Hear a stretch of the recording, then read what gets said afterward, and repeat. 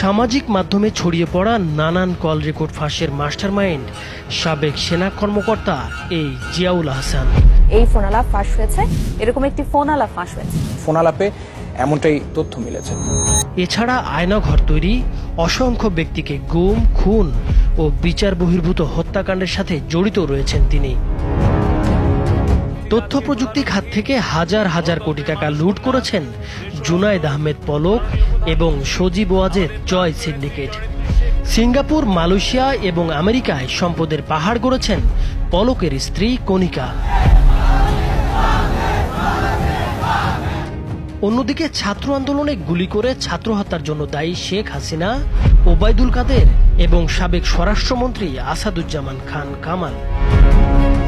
শেখ হাসিনা সরকারের পতনের পর গ্রেপ্তার হয়ে রিমান্ডে আছেন সাবেক আইসিটি প্রতিমন্ত্রী জুনায়েদ আহমেদ পলক, সাবেক আইনমন্ত্রী আনিসুল হক, শেখ হাসিনার উপদেষ্টা সালমান এফ রহমান এবং সাবেক সেনা কর্মকর্তা জিয়াউল আহসান সহ আরও কয়েকজন। রিমান্ডে বেরিয়ে আসছে চাঞ্চল্যকর সব তথ্য।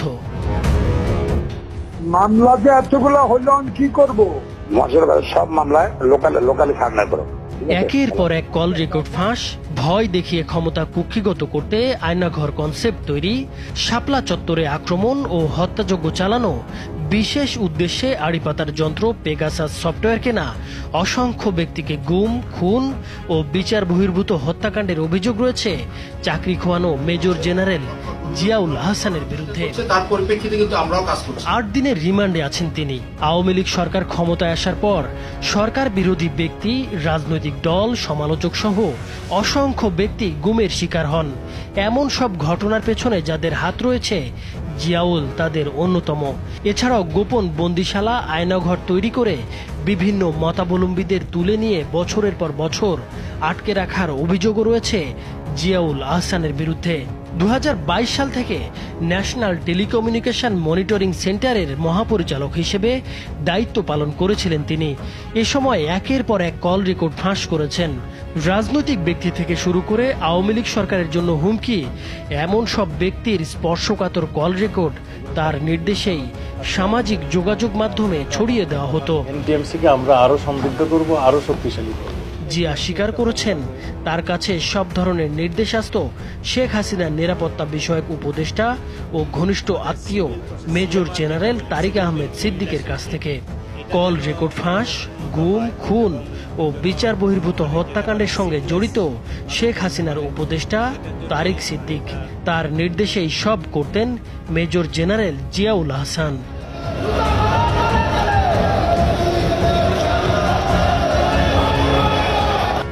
মুখ খুলতে শুরু করেছেন সাবেক আইসিটি প্রতিমন্ত্রী জুনায়েদ আহমেদ পলকও। পলকের স্বীকারোক্তি অনুযায়ী শেখ হাসিনার ছেলে সজীব ওয়াজেদ জয়, শেখ রেহেনার ছেলে রেদওয়ান সিদ্দিক ববি, সাবেক বিদ্যুৎ ও জ্বালানি প্রতিমন্ত্রী নসরুল হামিদ এবং সাবেক পররাষ্ট্র প্রতিমন্ত্রী শাহরিয়ার আলম সহ সিআরআই সিন্ডিকেট দুর্নীতির মহা উৎসব চালিয়েছে। এদের মাধ্যমে পাচার হয়েছে হাজার হাজার কোটি টাকা। পলকের স্বীকারোক্তি অনুযায়ী সজীব ওয়াজেদ জয়ের সিগন্যাল ছাড়া তথ্য প্রযুক্তি খাতে কোনো কাজই হতো না। জয়ের নির্বাচিত কোম্পানি থেকেই কেনা হতো সব ধরনের যন্ত্রপাতি এবং সফটওয়্যার। জয়ের পক্ষ থেকে সিআরআই এর কর্মকর্তারা পলকের সঙ্গে মিটিংয়ে বসতেন মাঝে মাঝেই।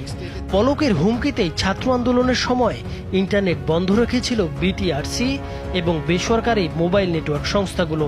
সরকারি এবং বিভিন্ন স্টেক হোল্ডার কোম্পানির কর্মকর্তাদের জয়ের নামে ভয় দেখাতেন পলক। এর বাইরে নিজস্ব সিন্ডিকেটও রয়েছে পলকের। ডিজিটাল বাংলাদেশ, A2I প্রকল্প, Sheikh Russel digital lab, hi tech park, IT park তৈরির নামে হাজার হাজার কোটি টাকা লোপাট করেছে পলক সিন্ডিকেট। শুধু পলক নয়, হাজার কোটি টাকার মালিক হয়েছেন তার স্ত্রী আরিফা জেসমিন কণিকাও। সিঙ্গাপুর, মালয়েশিয়া, আমেরিকায় গড়েছেন সম্পদের পাহাড়। তবে তদন্তকারীদের ভাষ্য, এখনো অনেক কিছুই লুকাচ্ছেন সাবেক এই প্রতিমন্ত্রী। রিমান্ডে থাকা আরো 2 জন হলেন আইনমন্ত্রী আনিসুল হক ও সালমান এফ রহমান। সরকারের সব অপকর্মকে আইনি বৈধতা দিতেন আনিসুল হক, আর হাজার হাজার কোটি টাকার অর্থনৈতিক কেলেঙ্কারি, শেয়ার বাজার এবং ব্যাংক লুটের সাথে জড়িত সালমান এফ রহমান। রিমান্ডের প্রথম দিনের জিজ্ঞাসাবাদে তারা অনাকাঙ্ক্ষিত পরিস্থিতি তৈরির জন্য সাবেক স্বরাষ্ট্রমন্ত্রী আসাদুজ্জামান খান কামাল ও আওয়ামী লীগের সাধারণ সম্পাদক সাবেক সড়ক পরিবহন ও সেতুমন্ত্রী ওবায়দুল কাদেরের ওপর দোষ চাপিয়ে দেন। ছাত্র আন্দোলন শুরু হওয়ার পর আনিসুল হক সমাধানের দিকে যেতে চাইলেও স্বরাষ্ট্রমন্ত্রী আসাদুজ্জামান খান কামাল ও সাবেক সেতুমন্ত্রী ওবায়দুল কাদেরের কারণে সেটা সম্ভব হয়নি। আন্দোলন দমনে খুবই আক্রমণাত্মক ছিলেন তারা। এছাড়াও অন্যান্য প্রশ্নের উত্তরে বেশিরভাগ সময়ই শুধু হেসেছেন আনিসুল হক। বলছেন, শেখ হাসিনা আমাদের যে গাইডলাইন দিয়েছেন, আইনমন্ত্রী হিসেবে আমি সেই গাইডলাইন ফলো করেছি মাত্র। হত্যা মামলায় কেন তাকে রিমান্ডে আনা হয়েছে সেই প্রশ্নও তুলেছেন তিনি। যারা সরাসরি হত্যাকাণ্ডে অংশ নিয়েছিল তাদের ধরার পরামর্শ দেন আনিসুল হক। অন্যদিকে এখনও মানসিক ট্রমার মধ্যে আছেন সালমান এফ রহমান। তিনি বিশ্বাসই করতে পারছেন না যে এত তাড়াতাড়ি আওয়ামী লীগ সরকারের পতন হয়েছে। জিজ্ঞাসাবাদে থাকা সংশ্লিষ্টদের কাছে জানা গেছে, পাকিস্তানে বেড়ে ওঠার কারণে বাংলাও পড়তে পারেন না তিনি। তবে তিনিও সাবেক প্রধানমন্ত্রী শেখ হাসিনার নির্দেশে দেশে অরাজকতা ও রাজনৈতিক সহিংসতার দায় স্বীকার করেছেন। রাজধানীর মিন্টো রোডে ঢাকা মহানগর গোয়েন্দা পুলিশ কার্যালয়ে 10 দিনের রিমান্ডে রয়েছেন তারা। মূলত দুটি টিমের মাধ্যমে জিজ্ঞাসাবাদ করা হচ্ছে। একটি টিমে আছেন নিউ মার্কেট থানার ওসির নেতৃত্বে মামলার তদন্ত কর্মকর্তা সহ জুনিয়র পুলিশ কর্মকর্তা, তারা থানা পুলিশের সদস্য। অপর একটি টিমে আছেন ডিএমপি সদর দপ্তর এবং ডিবির কর্মকর্তারা। এই টিম করা হয়েছে উচ্চ পর্যায়ের কর্মকর্তাদের সমন্বয়ে। তবে প্রভাবশালী এসব অপরাধীদের জিজ্ঞাসাবাদে নিজেরাই ভয় পাচ্ছেন বলে জানিয়েছেন কর্মকর্তাদের অনেকেই। এরই মধ্যে তদন্ত এবং জিজ্ঞাসাবাদের এসব বিষয় নিয়ে বিস্তারিত প্রতিবেদন উঠে এসেছে দেশের নানান গণমাধ্যমে। নাইমুর হোসেন, মাছরাঙা টেলিভিশন।